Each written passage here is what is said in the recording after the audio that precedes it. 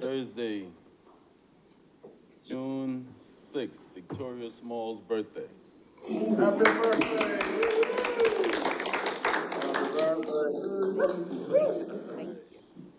Happy birthday. Meeting is now called to order. Roll call, please. All right, Chairman Fred Hamilton, Yeah? Councilman Dan Wood, Doug McGill, Gwen Chambers, Here. Denolis Polite, Here. Grace Staples, Here. and Meg James.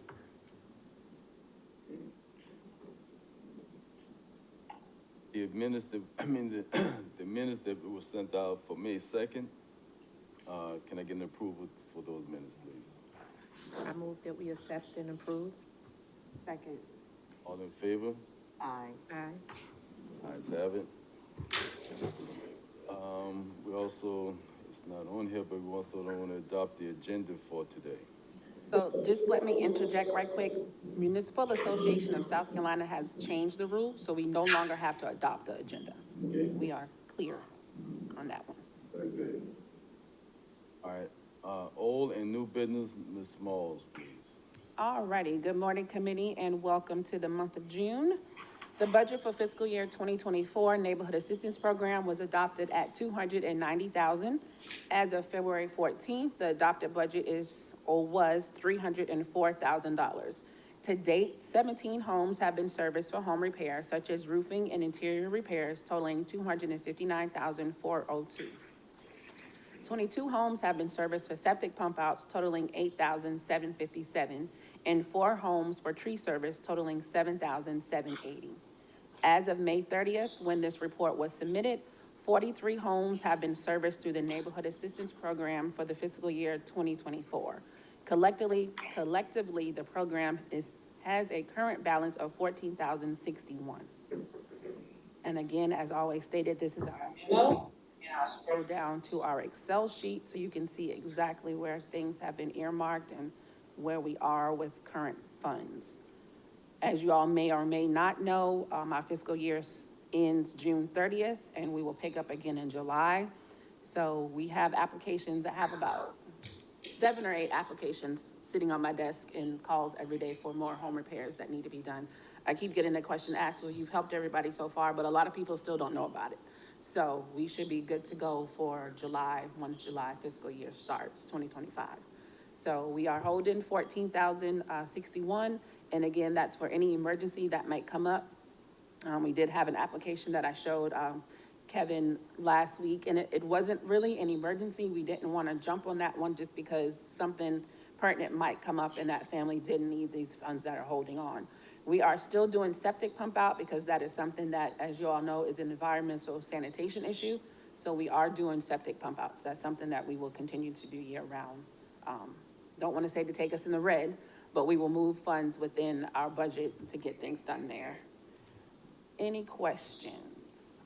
Are there any requests for septic pump outs still in the Buck Island Central community? Yes.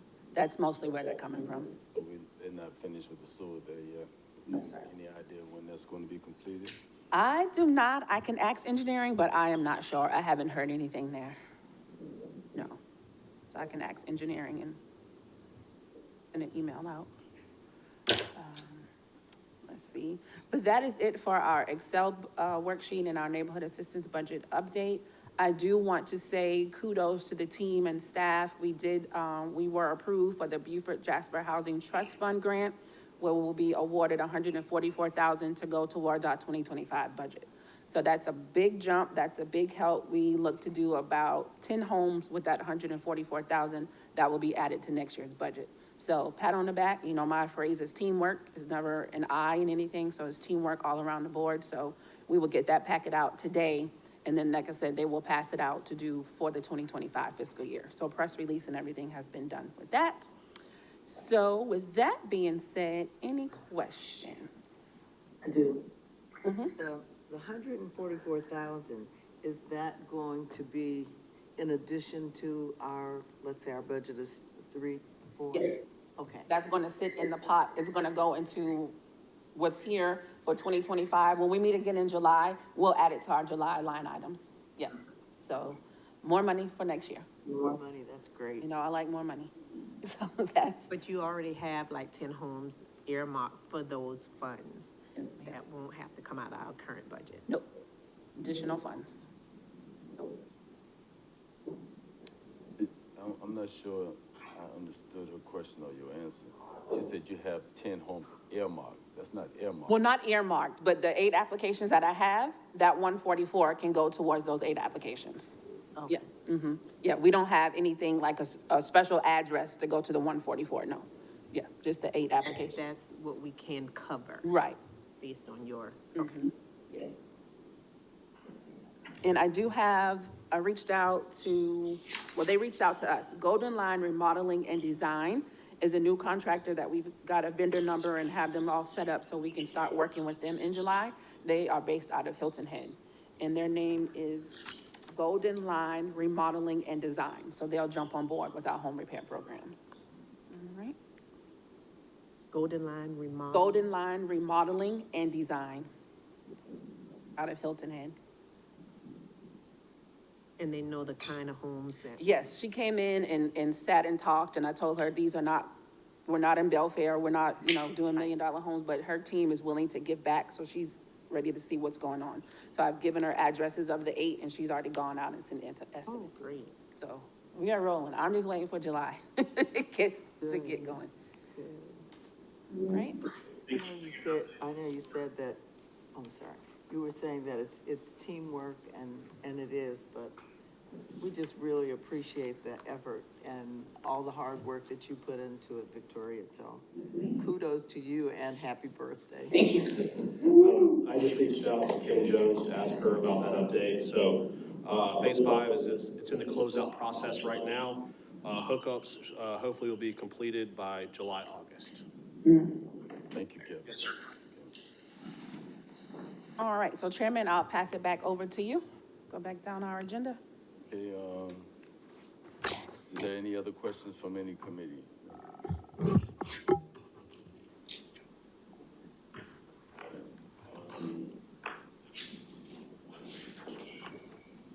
And we will go into discussions. Passing it back over to you. Okay, we have a presenter today. His name is Mr. Joseph Dukes, founder and chief of Palmetto Community Developers. He was brought to my attention by our committee member, Gwen Chambers. So welcome, Mr. Joseph, and we will let you have the mic. Did you bring any mayonnaise with you? No mayonnaise.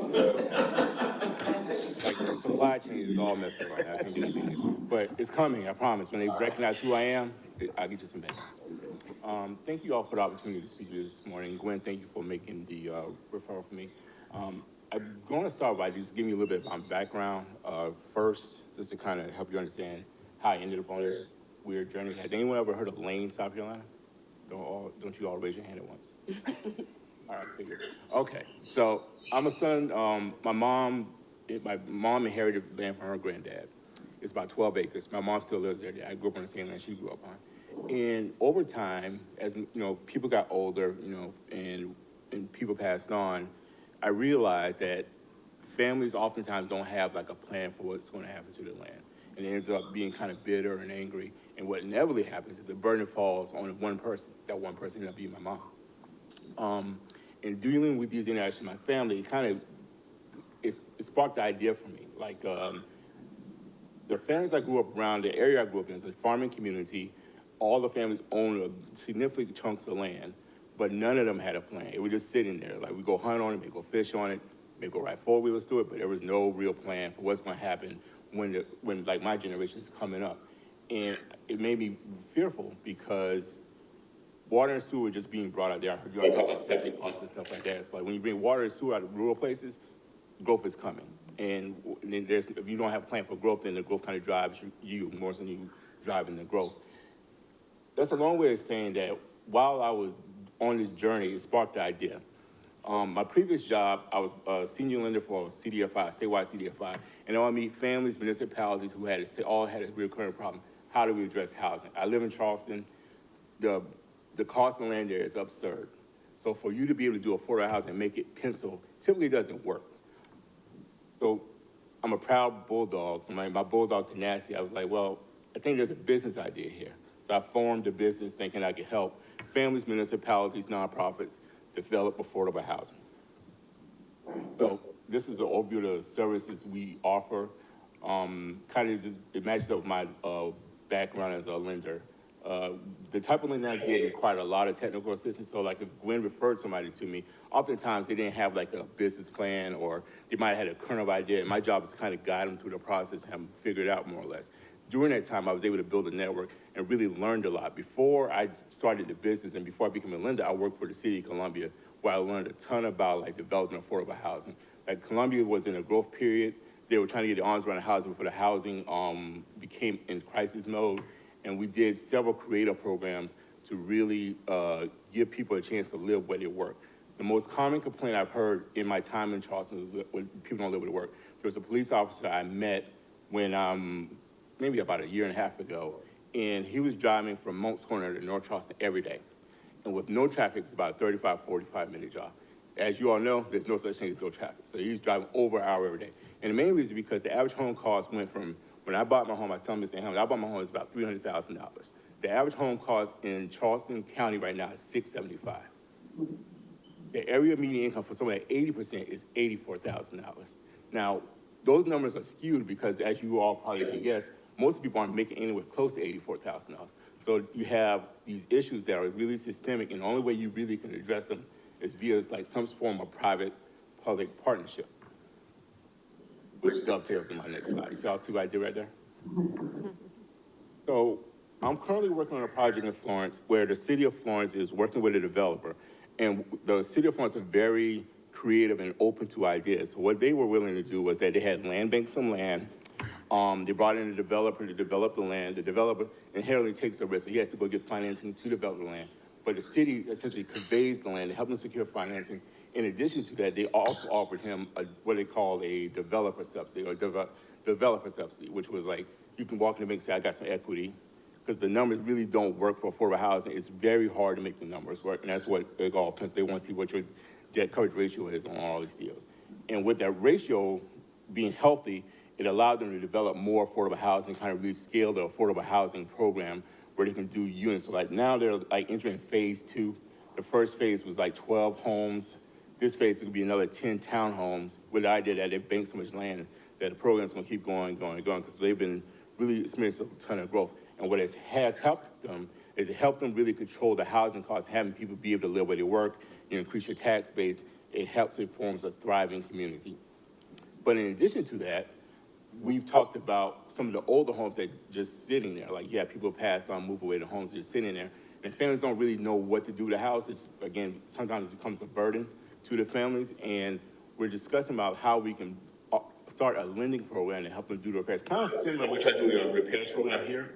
But more so geared to like encourage families that there's opportunity for you to develop this property, create affordable housing. And again, like Mr. Hamilton was talking about covenants, so you put a covenant in a house, you control the stock, people can still live where they work, and you have the population. It's not only people who can afford to be there, it's everyone. It's like, in order for you to have really a healthy, thriving community, in my opinion, you have to have diversity of thought and diversity of incomes. You have people who have the same incomes, you really don't get any, you have a couple of do-gooders in a bunch, but for the most part, then you kind of end up like people that have the same ideas, and the city kind of becomes haves and have-nots.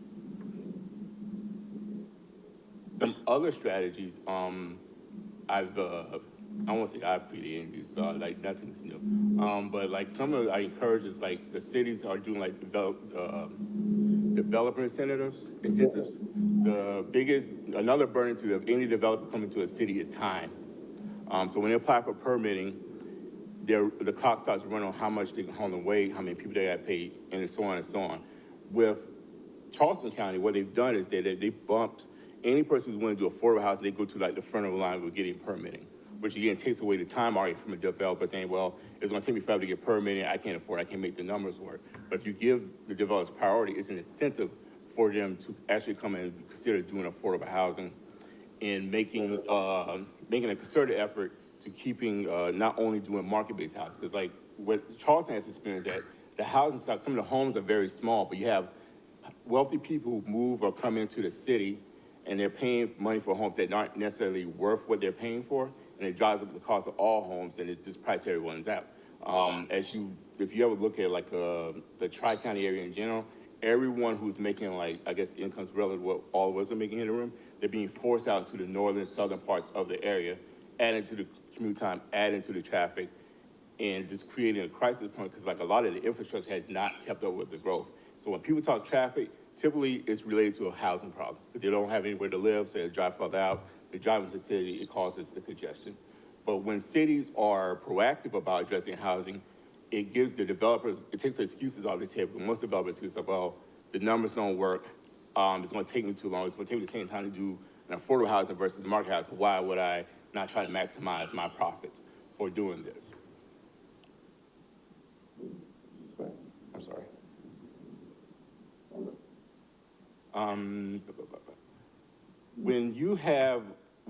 When cities or municipalities are really creative about talking through how it really helps all, kind of raise all boats. The fastest way to develop affordable housing, in my humble opinion, is that you have to have public-private partnership. And for that to happen, you have to have a city who's willing to be open to creative ideas. You have to have people who live here and think they have assets to be encouraged by, like, I can do something with assets, just sitting here and create some form of housing for it. If you have the partnership, it really lowers the burden on the city. It helps the workforce because your turnover rate oftentimes goes down when you have people who are able to live where they work. I was telling Sam earlier, like some of the schools in Charles County have 45% turnover year-to-year teachers. And it's all driven because of housing costs. It's not about where they work. Most of the school districts are pretty good in the area. It's all driven by housing costs. If you have places for people to live, you have a healthy, thriving community, and you have a community that's diverse and healthy for those who stand to inherit. But to me, the key component is like you have to have some sort of private-public partnership to kind of thread the needle to make it all happen and make it make sense for anyone to come do it and to be able to sustain themselves. I'll stop right there and see if y'all have any questions. To my right, Ms. Does you have any questions? I guess my question is, are you bringing us a proposal? I can do a proposal. I really wanted to come and kind of explain anyone in the room probably is kind of familiar with like why this is happening, like what needs to happen. Sometimes I like to kind of talk through it and like see what the city needs are to better understand if I was to come work with you all, how can I help? Okay, now you said you were working in Florence, you've got something going there. Could you give us just a little bit more about how that's working and what are you doing? Absolutely. What are you doing? So I don't want to take all the credit, but a gentleman out of Atlanta, Mr. Jesse Wiles, I met about 2 years ago, and I did a loan for him for about $3 million. And during that time, he was like, the numbers didn't work. Like I'm underwriting a loan. I was like, the numbers don't work. And he had city backing. So I was like, well, you know what, Mr. Wiles, you think you can get the city to come in and offer you some sort of like developer subsidy? The city of Florence, what they did was they offered him, and just currently they offered him $250,000 in the developer fee, which is like 10 homes, $25,000 per home. On top of that, they were willing to do what they call a buyback clause. So if the home sits on the market for a year, the city will purchase it back. The house is never going to sit in the market for a year because the demand is there, right? But what it does for bankers and underwriters like me, it gives us comfort, like, oh, we get to have a house. No matter what, we're going to get paid. And it helped them to make the numbers work and get over the hump for a banker. So when I presented in my loan committee, I said, well, the worst case scenario is that the city's going to buy the house back from us. And it gave them no reason to say no. There was no way for them to lose. And Mr. Wiles was still taking a risk because he had to come in and make the debt service payments or loan payments in the interim. But the bank was comforted by the fact that if the worst comes, there's an out. And that's the type of partnership you really need to be able to really scale affordable housing. You can do a lot of one-offs like with repair programs, and the city of Columbia has a loan program where they lend to people in the city to improve their housing. And all those things help, but like if you want to scale it and have developers be willing to do it, you have to really incentivize them because people don't do things below what they could make out of the goodness of their heart for the most part. Like I'm different, not to brag on myself, I really want to do this for like the right reason to help people, but most developers, they come in and they want to maximize profit. And when you give them the reason to not at least consider not doing it at the top of the market, some of them will be open to it because if you move to the front of the line, excuse me, they said, well, I'd save time. The city's backing me, so I have some sort of private-public partnership where I can go to a bank, get favorable terms when they're not taxing me on the risk that they're taking. And it makes it more sustainable for everyone to do, for developers to do the housing that needs to be done. Specifically in growth areas. Like I've only been to Bluffton 2 or 3 times, but the last time I here maybe a year and a half ago versus now, it's way different. And I saw it driving through Beaufort, all these cities are having the same growing pains. Because people, like, well, Charleston's crowded, so they come in your way. Matter of fact, I was thinking about coming your way. I was like, I can pitch this to my wife. But that's kind of what drives up all the housing costs. Like these people moving. Like I'll give you another story randomly. I coach my daughter's softball team. It's 13 girls, and my daughter. I was the only person who was born and raised in South Carolina. Everyone was from somewhere else. I live in James Island, but like it really dawned on me, like when other people say there's the come years and been years, there was no been years. It was all come years, and I was like, oh, I get it. That's why y'all want these people to leave, but they're not leaving. They're coming because it's a favorable place to live, and growth is going to happen. So you can't have the growth driving your point. You have that plan to kind of curtail or manage the growth, if you will. So does your company bring the financing or the developing, or do you manage all of that? Well, it depends on what the municipality wants, to be honest with you. If you want someone to kind of like help you, or in conjunction with the small side, help develop or grow what you all are doing here, that's something that I can help with. If you're looking for someone to kind of come in and see I know y'all bank some land and kind of help you figure out a plan for the land bank, I could do that. But it's really, I'm about like, how can I best serve the city? Like my business is driven by service more so than what I want to get out of it. So I try to hear problems and understand and see if I can come up. Like my daughter gave me the title Chief Solution Officer. I like hearing problems to see if I can kind of figure out what's the best path forward. Thank you. I'm very familiar with Mr. Dukes, and thank you so much for coming and sharing this information. Thank you for having me. And this is, you started out saying you did something with your family land. Mm-hmm. But I might have been zoned out. I didn't hear what you did. So it's been a journey. The land is, as I mentioned, it's about 12 acres. So we've been trying to figure out what to do for it. So the first thing we had to do, we had to form a trust. Because, my mom, thing was like, don't ever sell this land. I don't know if any of y'all watch Yellowstone. It's like the black version of Yellowstone. Don't ever sell the land. And I was like, well, Mom, we need to figure out a way to protect it because, God forbid something happens and someone comes in and wants to do something else. So the first thing we did was put it in a trust. The second thing we're starting to do is that, well, we can probably put some houses there because Windsor County is actually growing at a very, very slow rate. And I said, we can kind of carve out an acre or two just to put some housing here. It kind of, drive some revenue for our land and not have the land become a burden. Because a lot of people I met on the housing or family side, I have coined the phrase, they're land rich but cash poor. I'll come to them and say, well, you can do this with your land. And I say, well, my balance sheet says I have $600,000 of real estate. My assets for cash, I got $2,000 in the bank. And the biggest barrier to entry is cash on hand for a lot of these families. Because the pre-development costs, if you start a business, you have to eat most of that. Unless you take a HELOC out of your house or you get some hard money for somewhere else, and it can get really pricey. While working my family, the network of people I have is I have an architect, a civil engineer, all these people kind of within our network, we all kind of help one another so we can keep the rates down or prices down for folks because we all kind of came from the same walk of life where we know the biggest barrier to entry for on the family side is just having cash on hand to do the pre-development before you make any money. So if you do pre-development, you're about a year out at least before making any money off your land. And a lot of families I run into, specifically in the settlement communities in Mount Pleasant, they don't have the cash on it. They got the land, the taxes are killing them, but they don't have the cash to kind of start. So what I wanted to do was really lower the barrier to entry to being able to develop housing for yourself. So to answer your question, that's kind of where we are in our journey. We're trying to not divvy up the land too much. We want to keep it whole, but we also know we need to have a plan for revenue. Thank you. I can give another example if y'all want to hear one. There's a family in Moncks Corner I'm working with, excuse me, and they own about 30 acres of land, really significant chunk of land. And what they want to do is that they recognize that Moncks Corner didn't have a brand new community center place for folks to get married. So, but I told them, I said, the first key component, if you want to make money for yourself, you need to put some housing up. Rental housing can pay for everything that you do subsequently and give you a way out if, God forbid, other stuff doesn't work.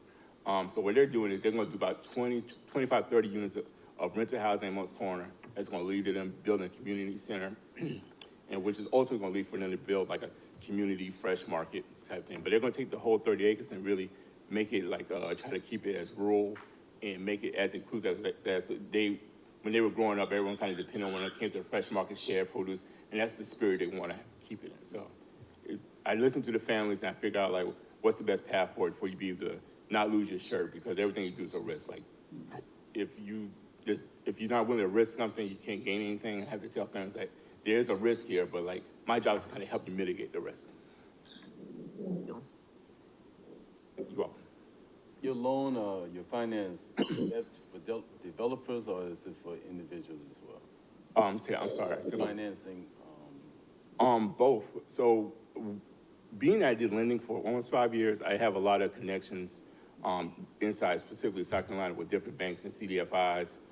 I tell people what I do is if you're a person, you want to do some home, I'll do initial underwriting, so you hire me, I'll do initial underwriting, tell you what your weak spots are before I take you to the bank. Because my thing, I don't want to waste your time, and I don't want to waste your money. From there, I'll make a referral, say, these are your best options for financing, and I kind of walk them through the process or be with them side by side. Similar as I lend, but I'm not saying yes and no alone anymore. I'm just kind of like taking you to people I trust to do the finances. It's going to be straight up with you. But before you even go to them, I'm kind of like saying you're not ready yet or you are ready by just kind of going through the person's financials, doing like an initial underwriting. Because banks all have a box. So like, I understand the box so I can save people time.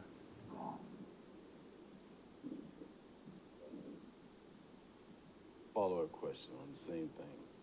So your company has to, you kind of pre-qualify, is that what you do?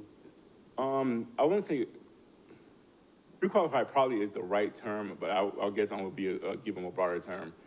I offer technical assistance on someone, like if they have an idea, and you say, Ms. Ham, you come to me with your idea, and I'm gonna listen to your idea, and if I see there's a hole or something you're not thinking about, I'll bring it to your attention.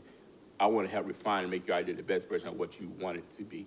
From there, I'll say, well, we got the idea, now can you afford this idea? And then I said, well, I need to see your financials. It's basically a personal financial statement for the most part, and actually go pull the credit report.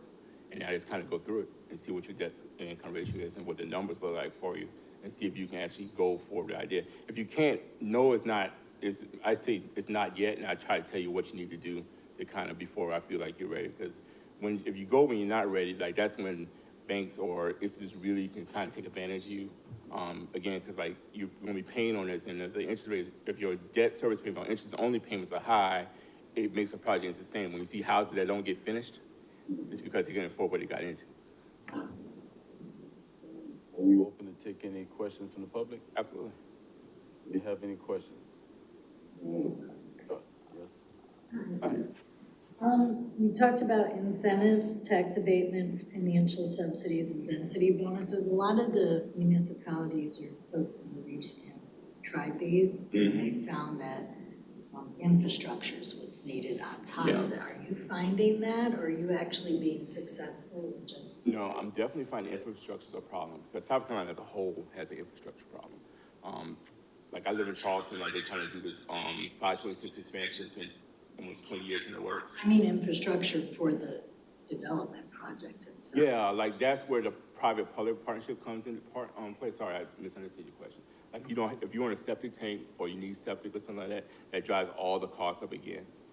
And really, it's better if the city or municipality can run sewer and water, but that's also costing the city to do it. So that's like another barrier to entry. But like typically when I run into like infrastructure problems, it's typically with rural families.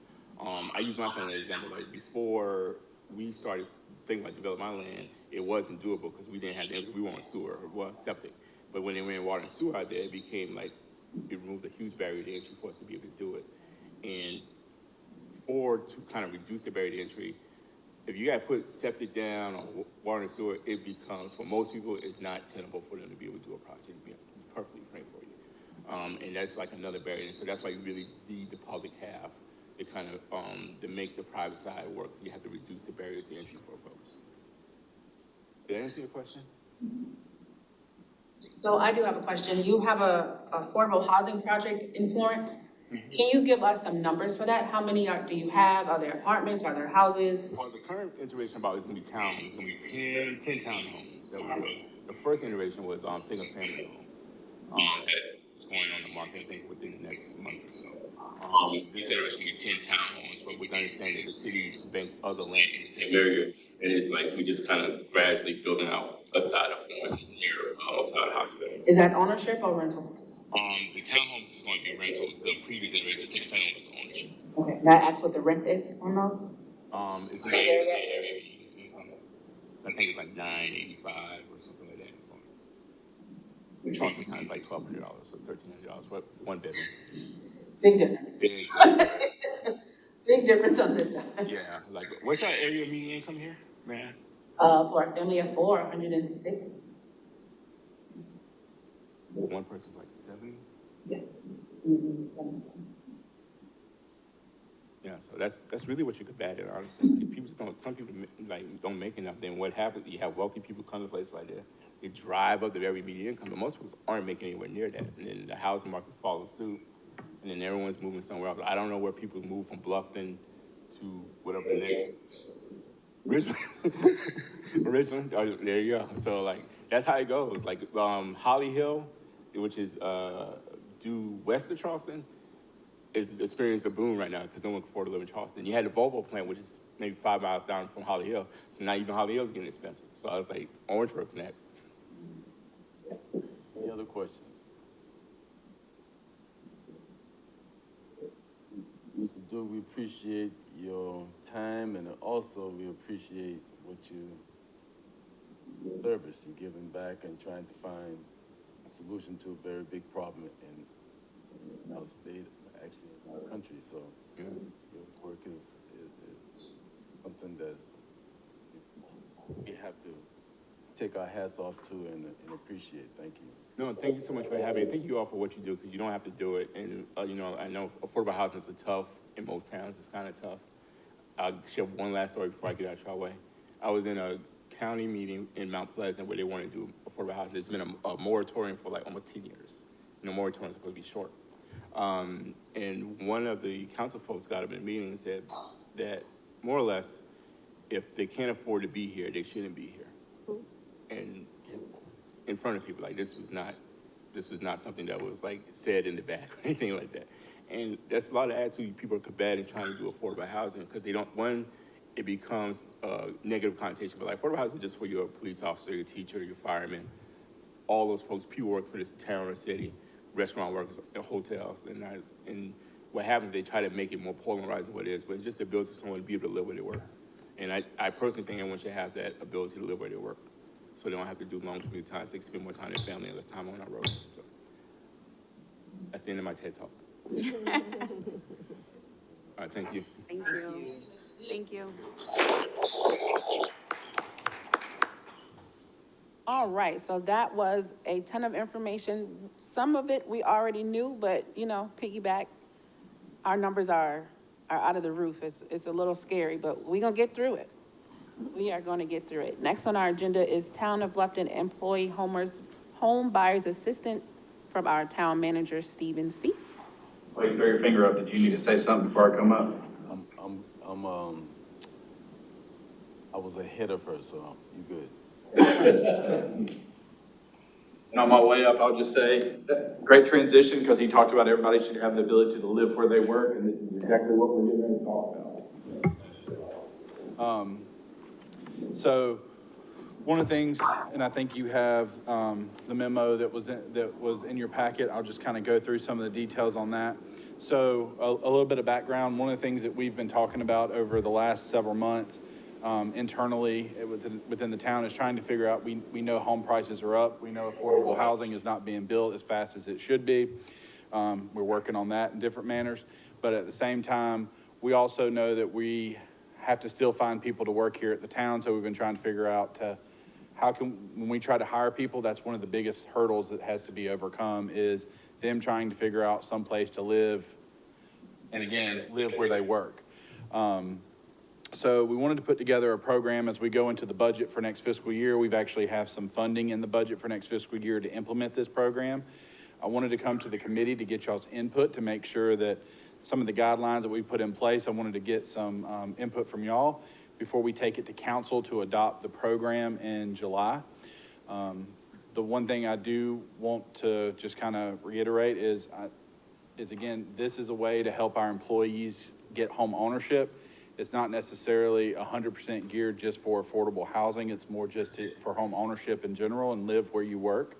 But we are using AMI as a guide to help us determine how we set up the benefits that our employees can get, because we do want to make sure those that are in lower AMI levels get the support they need to be able to own property, as well as making sure that all of our employees have an opportunity to own their home where they work.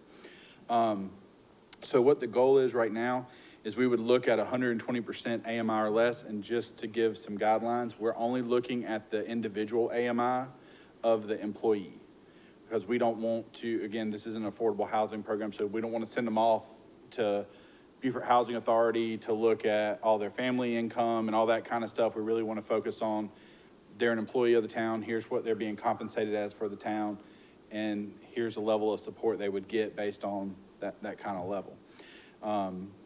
So what we're looking at is for 120% AMI and below, we would provide $20,000 of assistance. Just to give you an idea, that's 5% of our average home value of $400,000. So the average home sale in the town last year was actually higher than that, but the actual assessed value on homes for the last tax year was just short. It was like $390,000 and change. So that would be a 5% down payment on a home. That would be 2% to help buy down interest and 3% down payment on a home. So just to give you an idea of when we talk about $20,000, sounds like a lot of money, but in the grand scheme of purchasing a home that's inside of Bluffton, it may not be that much money. Just like we were talking about rent in Florence versus rent here, those numbers are completely different. So the other part we were looking at is once you get above 120 is 120 to 140 to do 15,000, and then anybody above 141% would be at 10,000. This is not a unique program. We would be looking to partner with Community Works, which is a CDFI that operates throughout the state. They actually have this program in place with several other entities. They do it with City of Beaufort, City of Goose Creek. They do it with, they're the ones that manage the one for Beaufort Memorial Hospital. And they do a couple other ones throughout the state. I think Spartanburg and they do about 7 total. The difference with this one is most of the other ones, they are between $5,000 and $10,000 is what they provide their employees.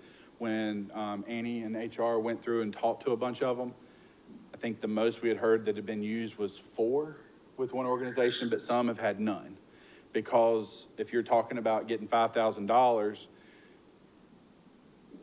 the way it works is you're getting this money up front, but it goes as like a 5-year lien against the property that's forgiven over those 5 years.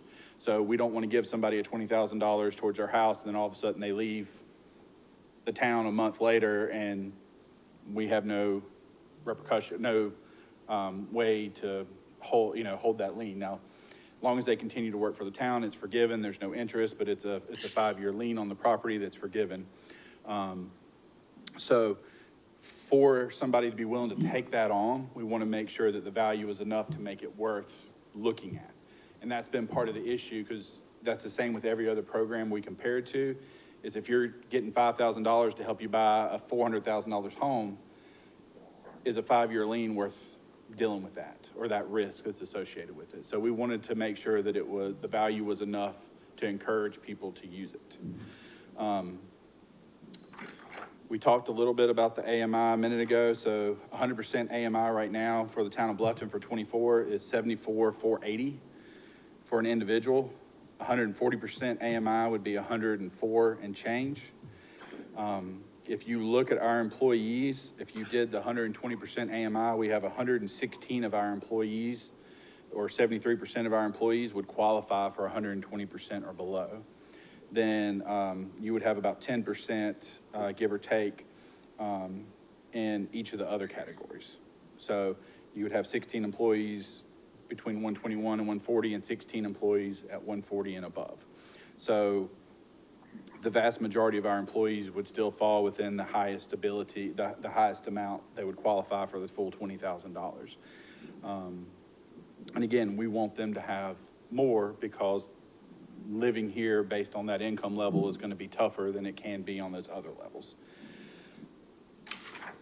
So the goal is, we have set some funds aside in the budget for next year. We wanted to come to y'all to get some input and make sure that what we're looking to put in place, just to hear any comments that y'all may have, incorporate those as we get ready to present this to council for adoption, and look to move forward with this based on what we've kind of what we've outlined here, and then in comparison with some of the other organizations that we are, that have kind of these programs in place to make sure we can be successful when if we do put it in place.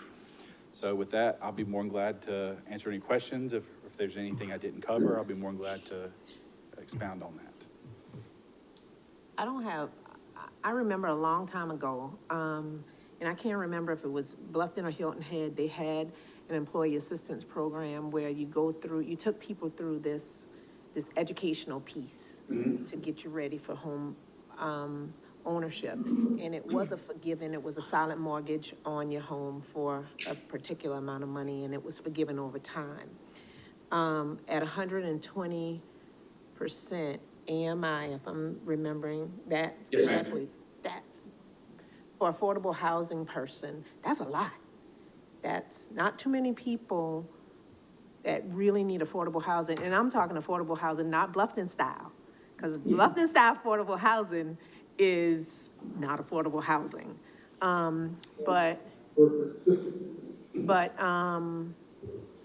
So I think 120 for my palate is high, especially when you're dealing with affordable housing, me dealing with 60.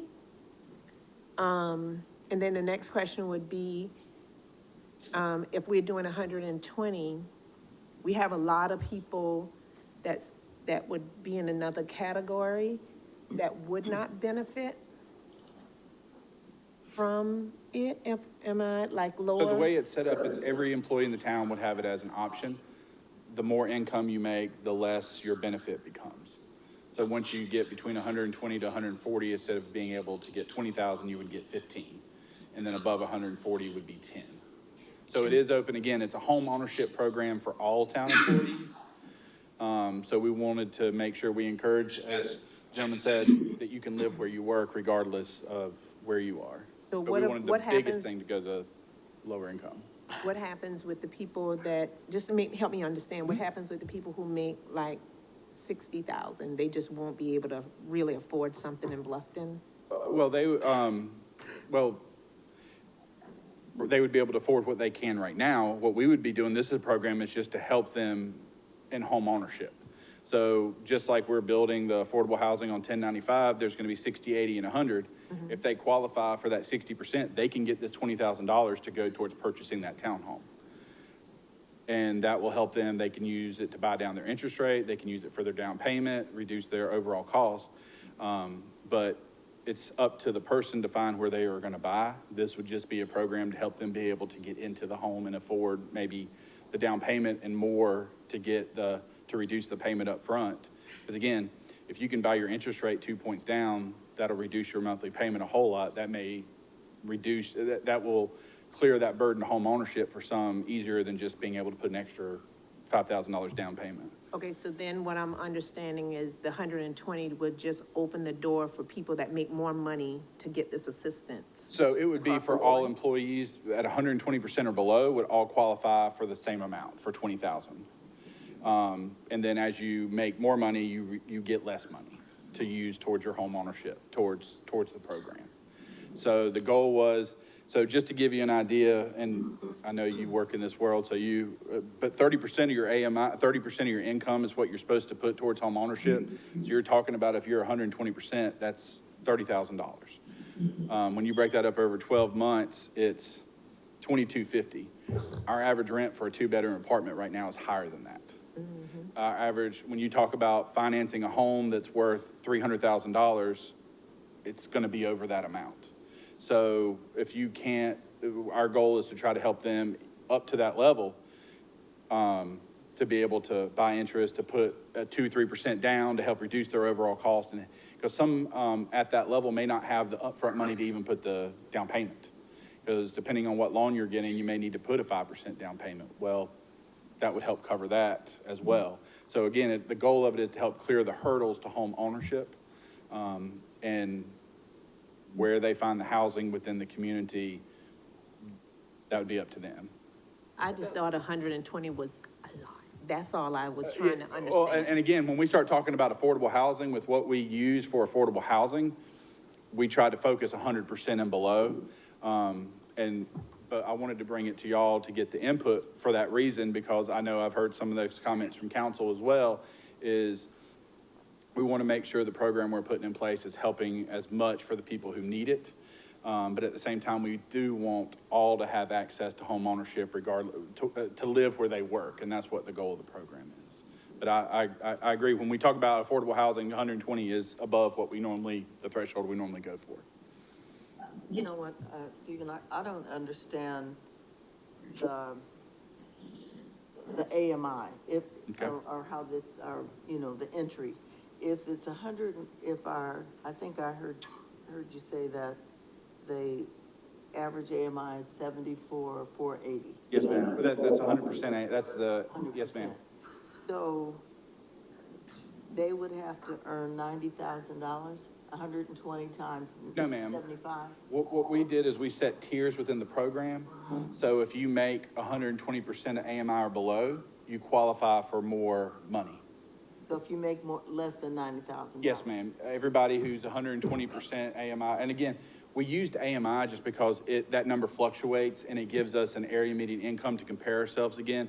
We could have set the program up to say if you're making $75,000 or less, or if you're getting paid $100,000 or less. But we wanted to use AMI because annually that number is set to tell you where we compare to the median income within our community.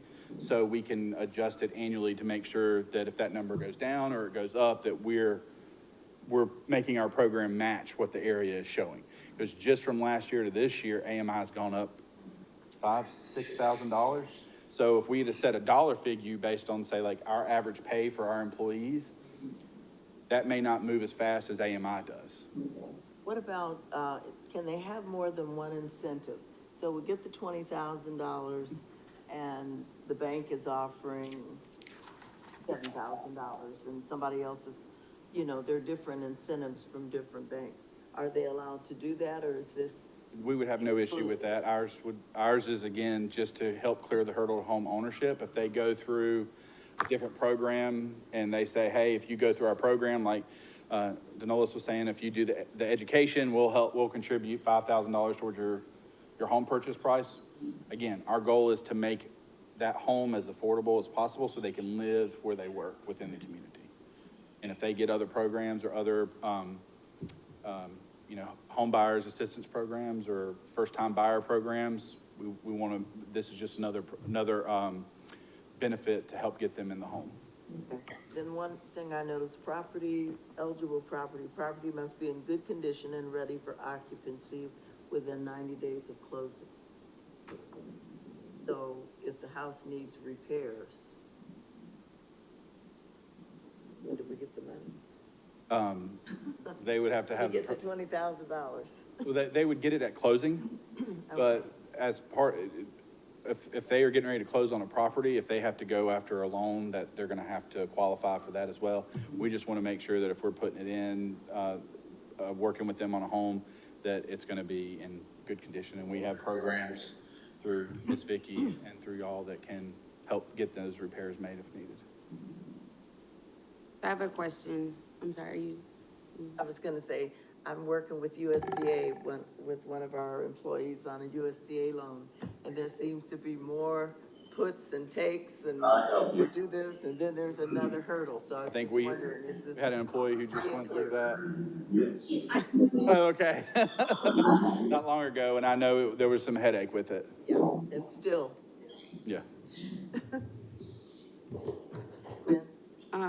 So my question is, so it's 120 AMI, and I realize that anybody under that 60, 80, but 120 AMI is essentially over 100,000. A person making over 100,000 can get 20,000 in down payment assistance. 89,000 is 120% AMI for this year. 89,000 Yes, can ma'am. get 20,000 in down payment assistance. Yes, ma'am.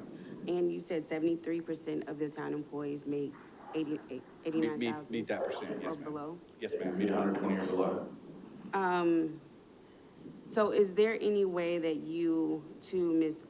Staples' point, can create more incentives for the individuals who make way less than that 120% AMI?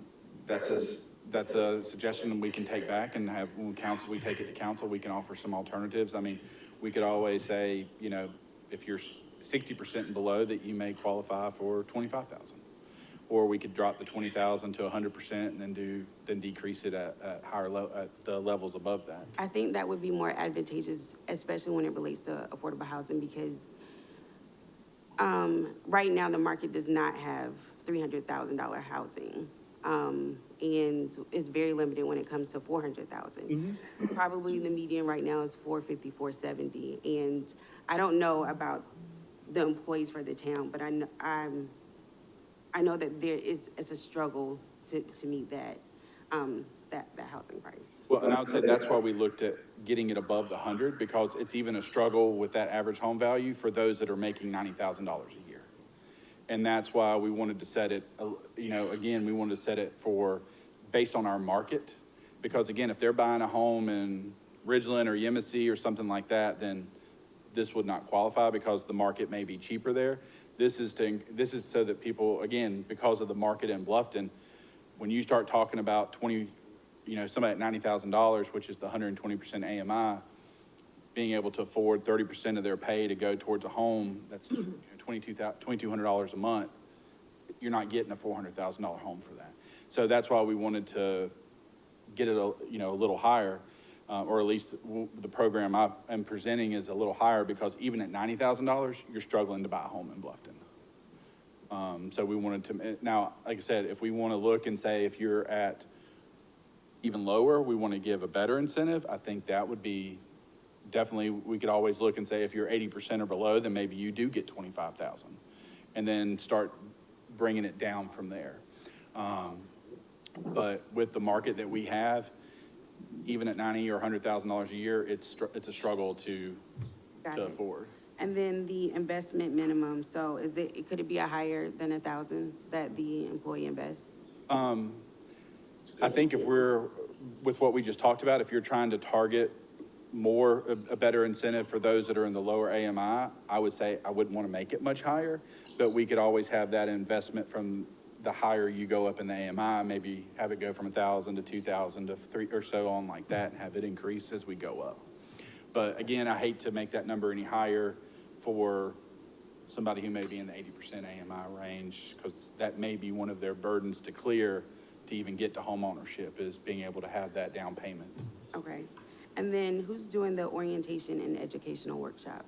I think it's through Community Works, I'm sorry. Community Works. Because Community Works actually managed the program for us. Right, So they would be doing the education program. okay. All right, that's all my questions. That it? I would like to see it 25,000 for 60 to 80%. Or like 80% and below, up to 80%. That's my suggestion. And I think that's like I said, that's why I wanted to hear, because I wanted to, before I bring it to council, is to say, look, we talked to affordable housing. Numbers seem reasonable or whatever, but one of the comments they had was, we need to do more for those in the lower AMI bracket. What would that look like? And then I you think we present did that on both. June 11th, right? This is gonna be presented next week? No, ma'am, it'll go to council in July. July. But it's in the budget it's in the budget that will be approved at the council meeting. We've got funds set. Right now, it's just one at each level, but we can always put additional funding in throughout the year if we need to during carry forward budget amendment, or a budget amendment if we see that the program is being used. And that's one of the things, we want to set it up so that it will be used. We don't want to put a program together that's just saying, hey, we're trying to encourage it, but it's not sufficient enough or good enough, or that somebody's actually going to take advantage of it, and then we just Right. I put a program in place that's just there to look like we're trying to do something. You know, how much money would be set aside if everybody was able to benefit from it, or what y'all looking at for that number? So what we're doing is, right now within the budget, we have one at each level. So we have one at the 20, one at 15, and one at 10. So we've got that funding set aside for that. If we end up seeing more coming in, then we can always amend, but we may have two come in at the middle level, and that would leave, extra funding that could go towards something else. Right now, that's all we have is just one, because we don't know how well the program's gonna be used, but we wanted to at least have the funding so we could start it and begin it.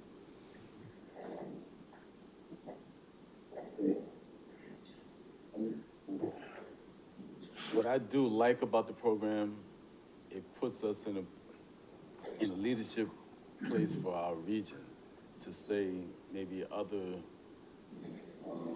agencies or other workforce